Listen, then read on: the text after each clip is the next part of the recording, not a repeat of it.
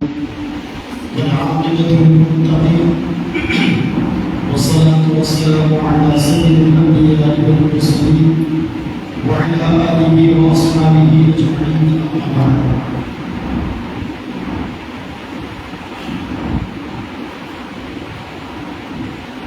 ابھی 2 دنوں کے بعد محرم کا مہینہ شروع ہونے والا ہے.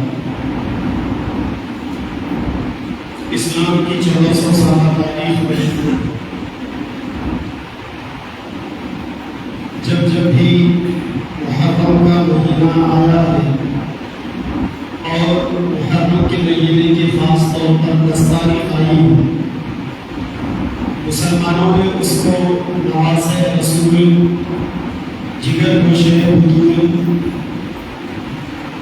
سیدنا حسین رضی اللہ تعالیٰ عنہ کی شہادت کے طور پر اس مہینے کو یاد رکھا. لیکن ہم مسلمانوں کو اپنی تاریخ کے اوقات میں محرم کی پہلی تاریخ کو کبھی نہیں بھولنا چاہیے، کیونکہ محرم کے مہینے کی پہلی تاریخ کو اسلام کے خلیفہ راشد، دوسرے خلیفہ، اللہ کے نبی صلی اللہ علیہ وسلم کے بہت ہی خاص معتبر علیہ سیدنا عمر فاروق رضی اللہ تعالیٰ عنہ کی شہادت کا دن ہے. یکم محرم الحرام کو سیدنا عمر فاروق رضی اللہ تعالیٰ عنہ اس دنیا سے رخصت ہوئے. 10 سال 4 مہینے 6 دن کی خلافت کے بعد جیسا کہ وہ ہمیشہ دعا کرتے تھے، اللہم ارزقنا موتا فی سبیلک وفی بلد رسولک، کہ اے اللہ مجھے اپنے راستے میں اور اپنے نبی کے شہر میں شہادت کی موت دیجیے. صحابہ عرض کرتے تھے کہ امیر المومنین، مدینہ مسلمانوں کا دارالخلافہ ہے، امن کی جگہ ہے، آپ کو مدینہ میں شہادت کی موت کیسے آئے گی؟ لیکن حضرت سیدنا عمر فاروق رضی اللہ تعالیٰ عنہ کا ایمان تھا، عقیدہ تھا، دعا کی قبولیت کا انہیں یقین تھا، وہ دعائیں کرتے رہتے تھے. اللہ تبارک و تعالیٰ نے انہیں مدینہ کے اندر شہادت کی موت نصیب فرمائی. اگلے حالات تفصیل سے آپ سیدنا عمر فاروق رضی اللہ تعالیٰ عنہ کی زندگی میں سنیں گے. ہر انسان کی زندگی کے اندر 2 قسم کی زندگیاں ہوتی ہیں. ایک انسان کی انفرادی زندگی ہوتی ہے جسے ہم نجی زندگی یا پرائیویٹ لائف یا پرسنل لائف کہہ سکتے ہیں، اور ہر انسان کی زندگی میں دوسری قسم کی زندگی پبلک لائف ہوتی ہے جو عوامی زندگی ہوتی ہے. سیدنا عمر فاروق رضی اللہ تعالیٰ عنہ کی 64-63 سالہ زندگی یہ انقلابات سے پر، بہت سے کارناموں سے لبریز، اور دین کے سلسلے میں مذہبی رنگ سے اگر دیکھا جائے تو بہت سارے کمالات آپ کی زندگی میں ہمیں ملتے ہیں. آج پوری دنیا کے اندر چونکہ جمہوریت کے نام پر ایک قسم کی ڈکٹیٹرشپ چھائی ہوئی ہے، اور حکومتوں کے نام پر ٹیکس پیئر کے پیسوں سے چلنے والی حکومتیں لوگوں کو انصاف دینے میں بے بس ہے، اور کہیں نہ کہیں سسٹم اپنے ہی ملک کی رعایا کے خلاف کام کرتا ہے. اس کا نقشہ دنیا کے سارے ہی جمہوری ملکوں کے اندر آپ دے سکتے ہیں. مناسب سمجھ میں آیا کہ سیدنا عمر فاروق رضی اللہ تعالیٰ عنہ کی شہادت کے موقع سے حضرت عمر فاروق رضی اللہ تعالیٰ عنہ کی پولیٹیکل لائف یعنی آپ کی سیاسی زندگی پر کچھ روشنی ڈالی ہوئی. سیاسی زندگی یا پولیٹیکل لائف کسے کہتے ہیں؟ جو لوگ اگر یہ سمجھتے ہوں گے کہ اسلام میں سیاست کا کوئی دخل نہیں تو اس کا مطلب یہ ہے کہ وہ اسلام کو سمجھے ہی نہیں. اسلام میں ایک بہت اہم شعبہ ہے امر بالمعروف اور نہی عن المنکر. اسی شعبے کو اسلام کا پولیٹیکل اسلام یا اسلام کی پولیٹیکل لائف کہتے ہیں، اسلام کی سیاسی زندگی کہتے ہیں. کیونکہ امر بالمعروف اور نہی عن المنکر کا تعلق انسان کی پرائیویٹ لائف سے یا انسان کی نجی زندگی سے نہیں ہوتا بلکہ اجتماعی زندگی سے ہوتا ہے، جس کے اندر انسان کا دوسروں سے صحابہ پڑھتے رہتا ہے۔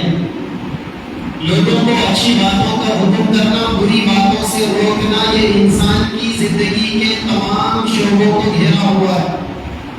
اسی لیے اسی کو سیاسی زندگی کہتے ہیں، اسی کو پولیٹیکل اسلام کہتے ہیں۔ سیدنا عمر فاروق رضی اللہ تعالیٰ عنہ، چونکہ اللہ تبارک و تعالیٰ نے ان پر ایک بڑی ذمہ داری ڈالی تھی، وہ مسلمانوں کے خلیفہ تھے، امیر المومنین تھے، جہاں بانی کی ذمہ داری اللہ نے انہیں دے رکھی تھی، تو رعایا پروری کرنا، لوگوں کے لیے انصاف پیدا کرنا، لوگوں کے جان مال کی حفاظت کی ذمہ داری لینا، یہ سیدنا عمر فاروق رضی اللہ تعالیٰ عنہ کے حق میں ضروری تھا۔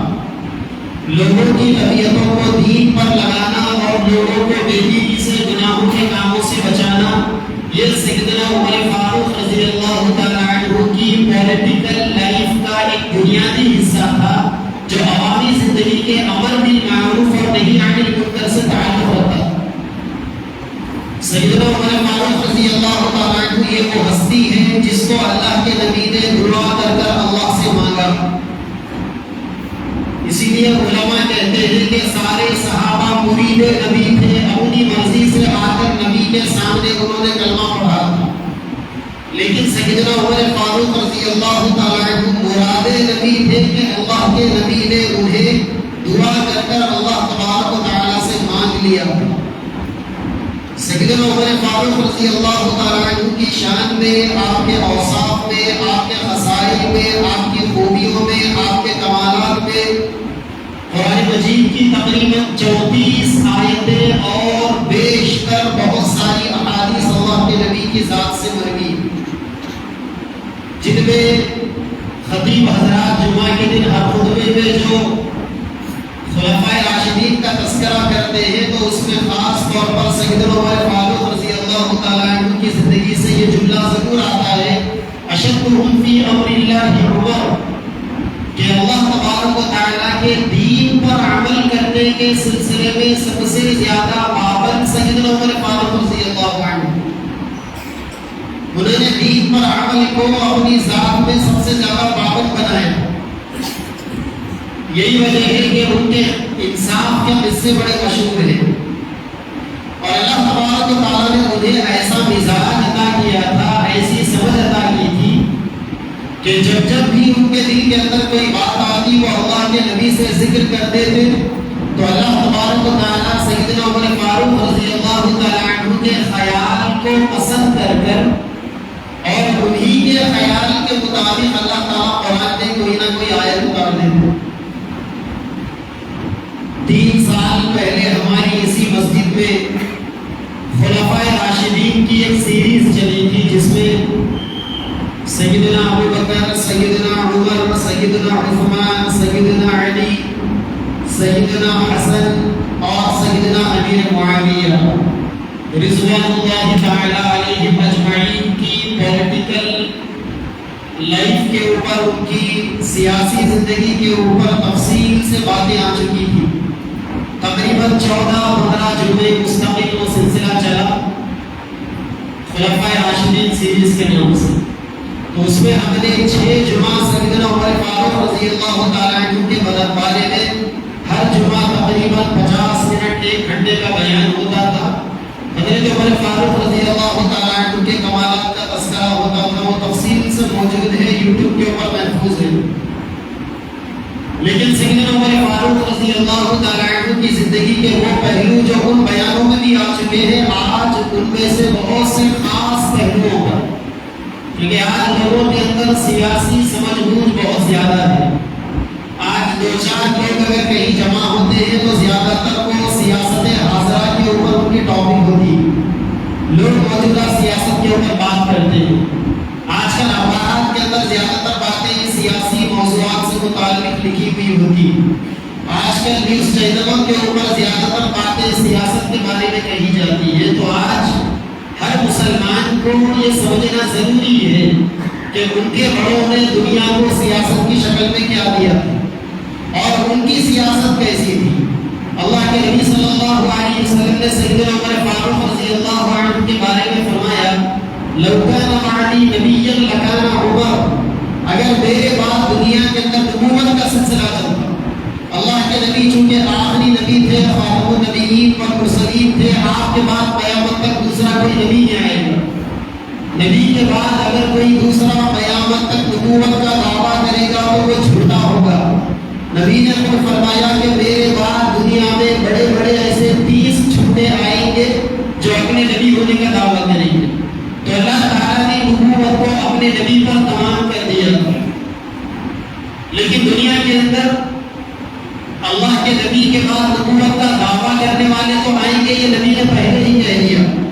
اللہ کے نبی نے فرمایا کہ اگر اللہ میرے بعد نبوت کو باقی رکھتے تو میرے نبی نے پوری زندگی کے اندر صرف 2 شخصوں کے بارے میں بتایا.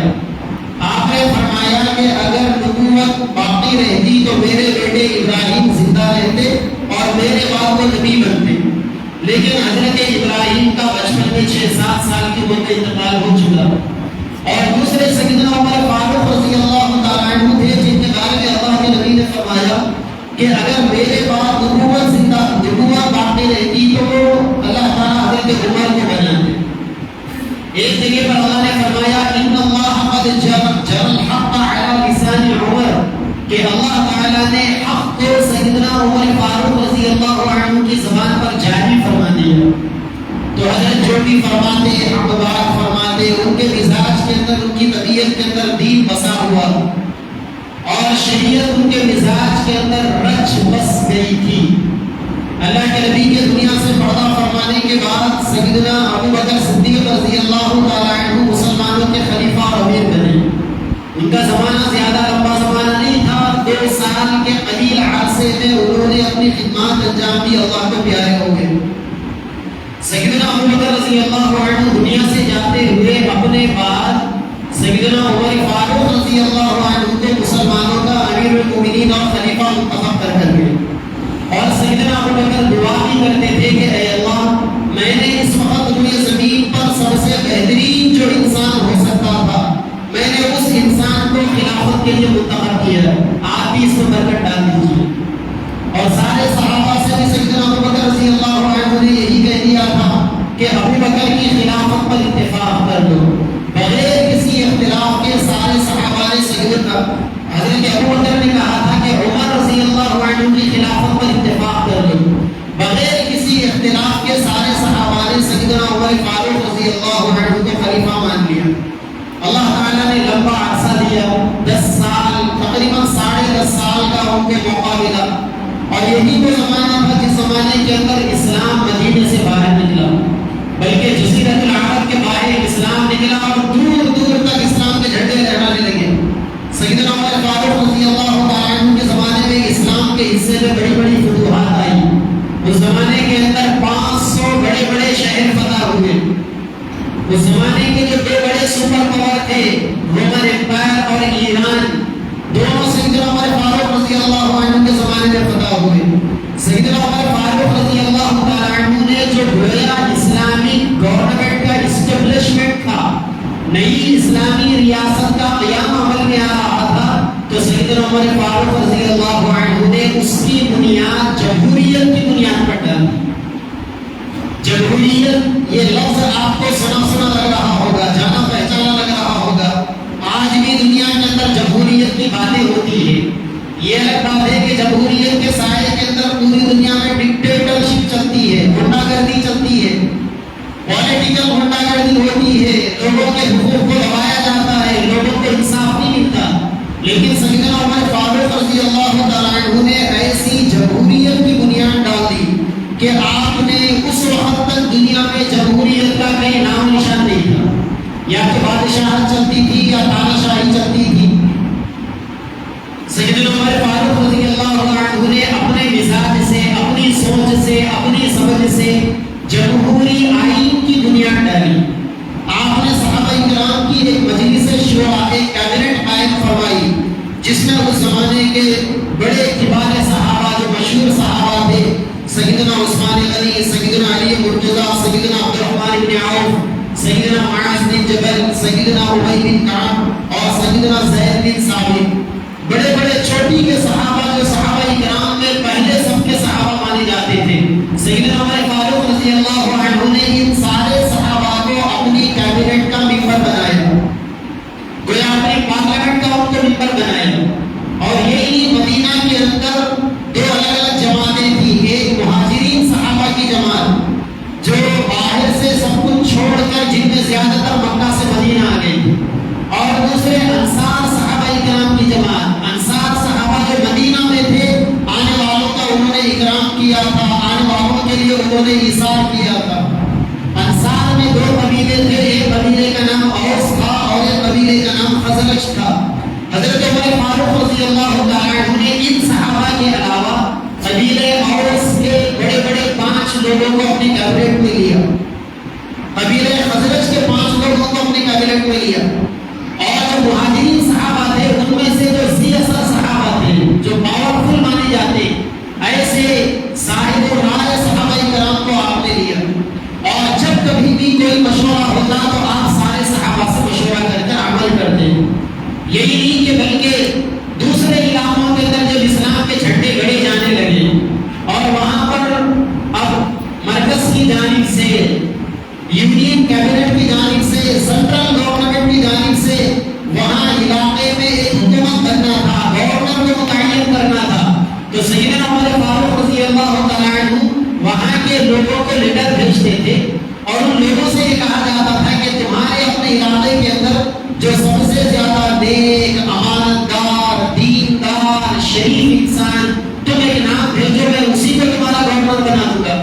چنانچہ سیدنا عمر فاروق رضی اللہ تعالی عنہ کے پاس کوفہ سے عثمان بن فرقد کے سلسلے میں، اور بصرہ سے حجاج بن علاء کے سلسلے میں، اور ملک شام سے سیریا سے معن بن یزید کے بارے میں نام آئے، تو وہی کے لوگوں کے مشورے سے بھاری میجارٹی سے، اکثریت کے ساتھ سیدنا عمر فاروق رضی اللہ تعالی عنہ نے ان 3 بزرگوں کو وہاں کا گورنر متعین کیا۔ اچھا، اگر کوئی گورنر بن گیا تو اس کا مطلب یہ تو نہیں تھا کہ پبلک پراپرٹی کے اوپر منمانی کرتا۔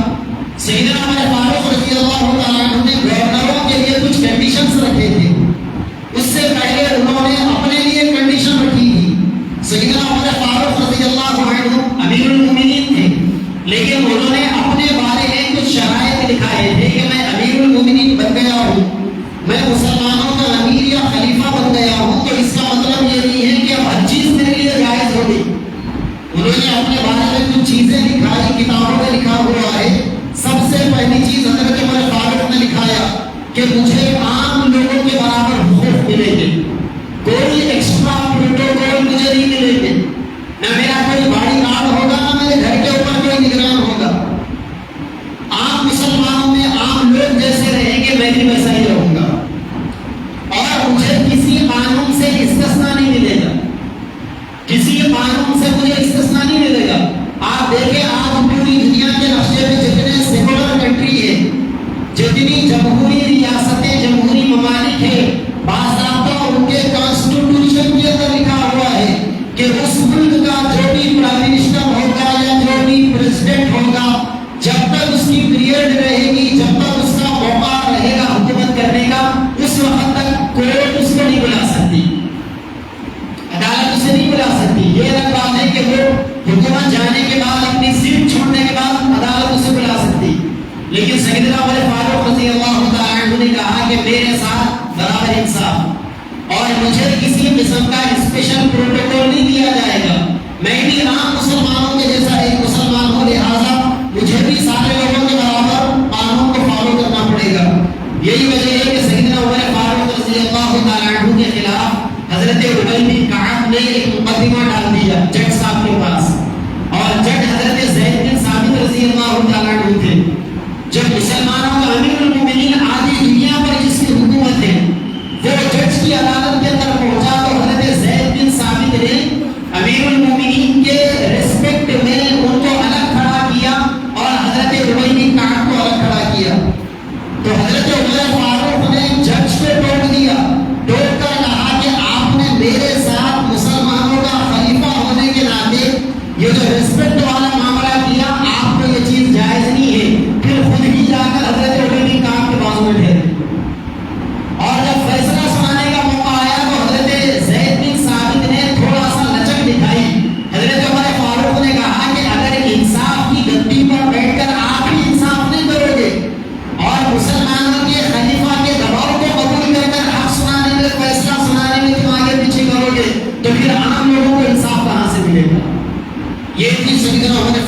رضی اللہ تعالیٰ عنہ کی شان. اور حضرت عمر فاروق نے ضرورت زندگی سے زیادہ کچھ چیز کو لینا اپنے لیے پسند نہیں کیا. باضابطہ آپ نے چارج سنبھالنے کے کئی سالوں کے بعد یہ جو صحابہ کی کیبنٹ تھی اس میں آپ نے درخواست دی کہ جب تک میں مسلمانوں کا امیر المومنین نہیں تھا تو میں بھی زراعت کر لیتا تھا. میرے بیوی بچے بھی ہیں, مجھے بھی میرے بیوی بچوں کی ذمہ داریاں ہیں, انہیں سنبھالنا ہے, انہیں پالنا ہے. لہٰذا جب سے مجھ پر یہ ذمہ داری آئی ہے میں خود کے کام کرنے سے قاصر ہوں, میرے لیے کوئی تنخواہ رکھی جائے. صحابہ نے آپسی مشورے سے حضرت علی نے مشورہ دیا سال کے 500 روپے پر تنخواہ دی جائے. آدھی دنیا کا بادشاہ ہے اور سال کے صرف 500 روپے تنخواہ دی جا رہی.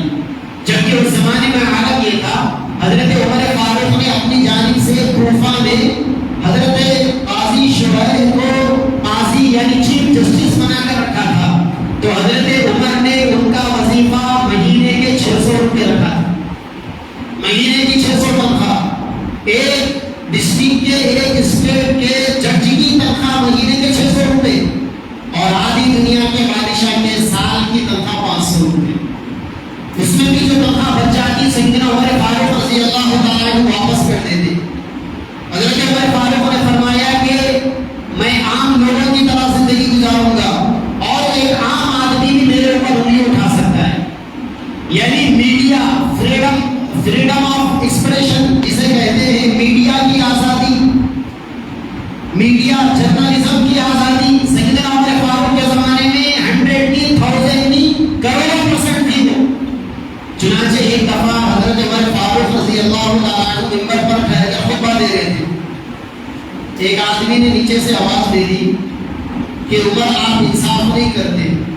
تو حضرت زید بن ثابت نے اس آدمی کو ٹوکا کہ خاموش بیٹھو, امیر المومنین کو ٹوک رہے ہو تم.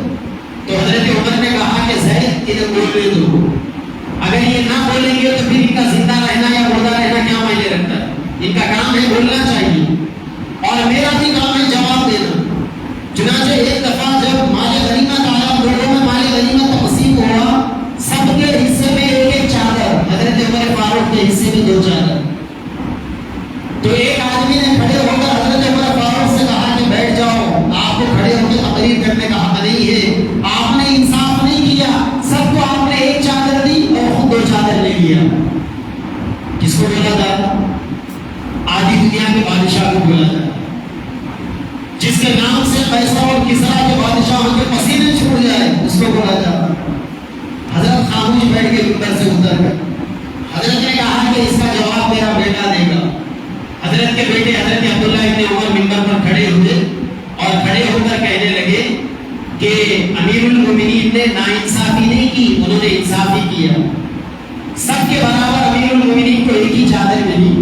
میرے حصے میں جو چادر آئی تھی میں نے میرے والد کو گفٹ کر دیا, اس لیے ان کے جسم میں آپ کو 2 چادر نظر آ.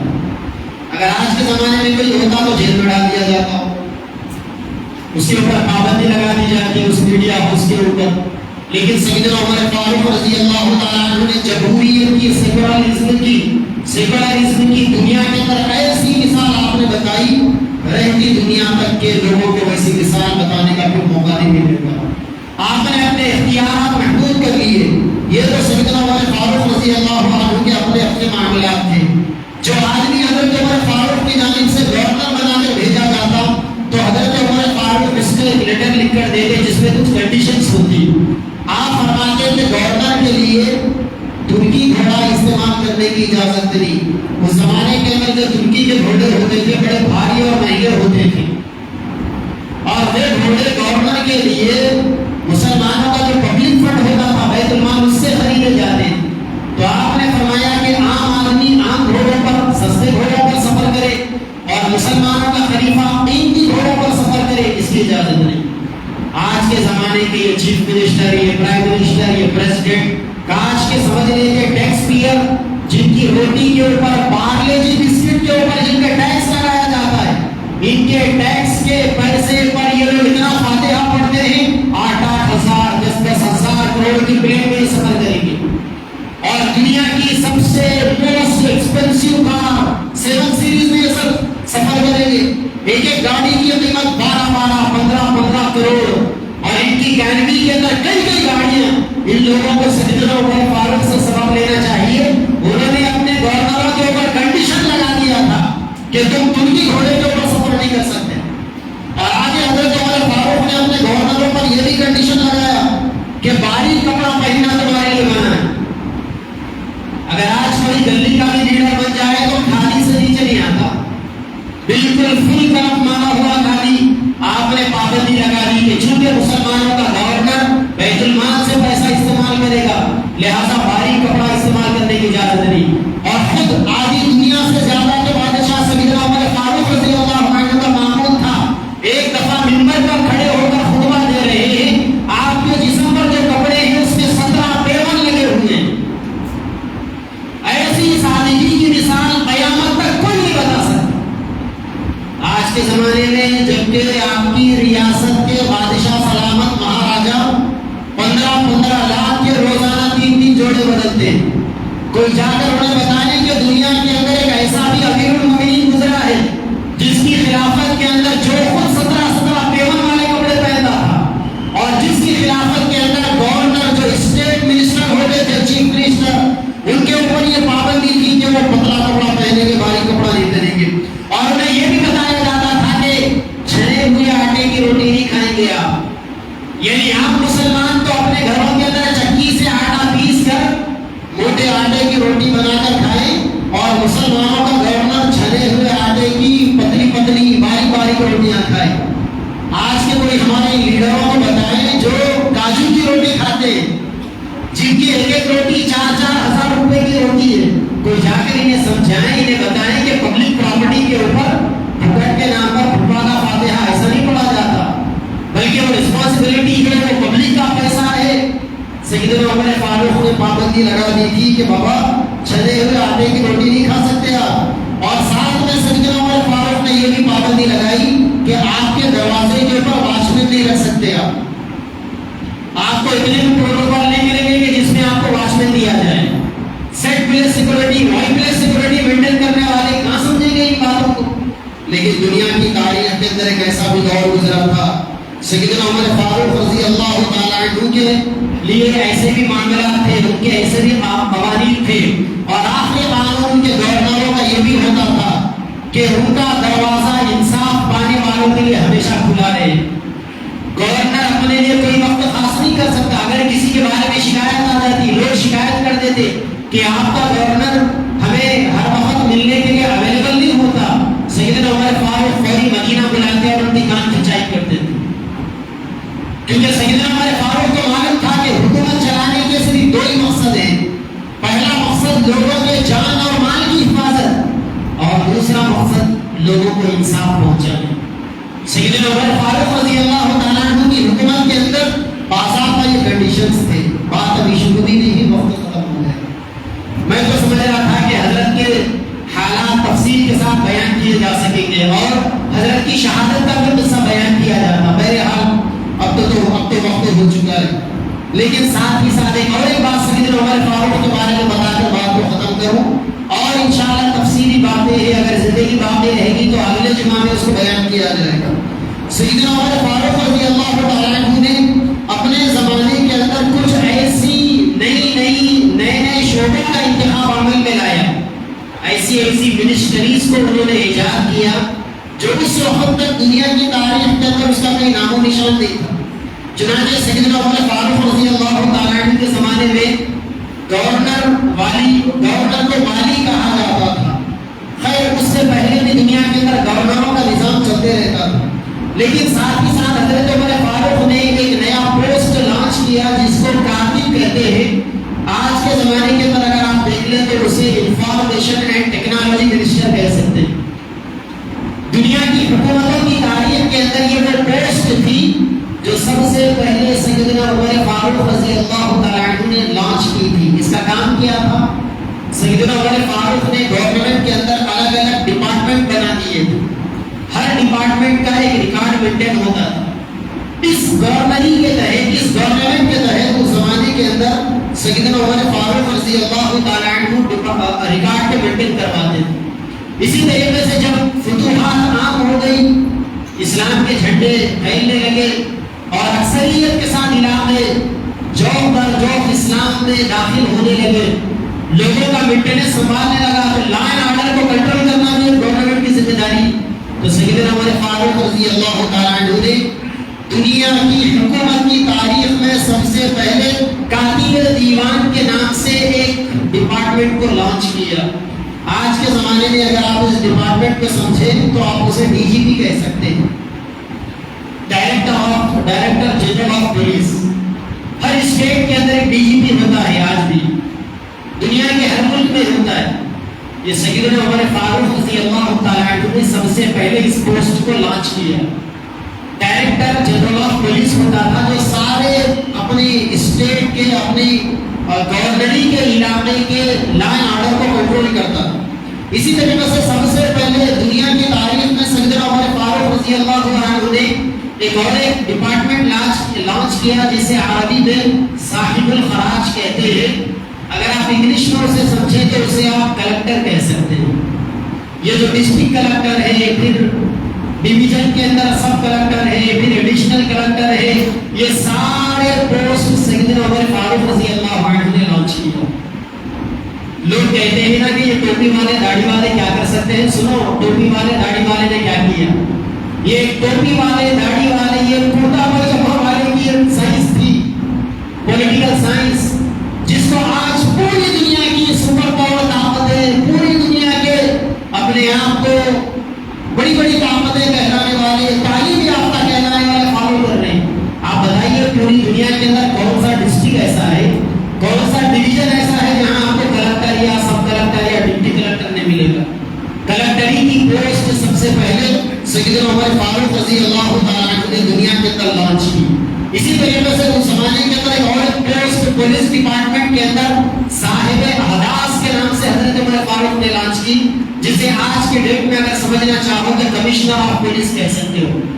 آج جتنے بھی آپ کو کمشنر آف پولیس سمجھ میں آئیں گے، نظر آئیں گے، یا میونسپلٹی کے اندر جو کمشنر نظر آئیں گے، یہ سارے کی ساری پوسٹیں سیدنا عمر فاروق رضی اللہ تعالیٰ عنہ نے۔ اور اخیر میں حضرت عمر فاروق رضی اللہ عنہ نے صحابہ سے مشورہ کیا، مشورہ کر آپ نے ایک بیت المال قائم کیا، اور اس کے لیے آپ نے ایک افسر رکھا جسے صاحب بیت المال کہا جاتا تھا۔ آج کے ڈیٹ میں آپ اسے فائنانس منسٹر کہہ سکتے ہیں۔